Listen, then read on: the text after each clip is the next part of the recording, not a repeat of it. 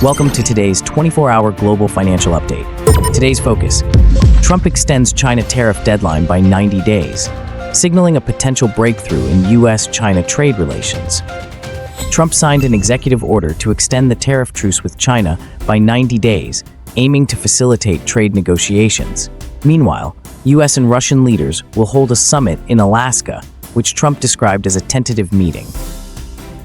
Bank of America warned that inflation remains high, and the recent tariff hikes weaken the case for a rate cut by the Federal Reserve in September.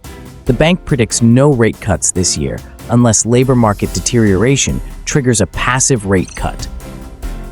Citi raised its year-end Standard & Poor's 500 target to 6,600 points and expects it to reach 6,900 by mid-2026, citing tax cuts offsetting tariff impacts and upgraded corporate earnings forecasts.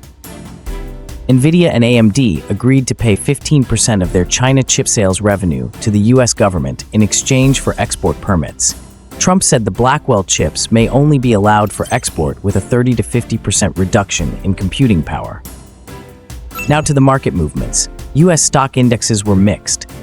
The Nasdaq hit a new high before pulling back. Apple fell 0.8%. Tesla rose 2.9%, and Intel surged 3.51% after Trump met with its CEO.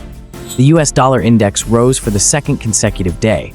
Gold plunged 1.66%, crude oil rebounded, and Bitcoin and Ethereum saw slight declines. Key events to watch today. Trump extended the tariff deadline, but ahead of the CPI data release and the U.S. Russia summit, market sentiment remains cautious. JP Morgan predicts that if core CPI rises less than 0.25%, the Standard & Poor's 500 may gain 1.5 to 2%. If it exceeds 0.4%, it may drop 2 to 2.75%. Thank you for watching today's market news.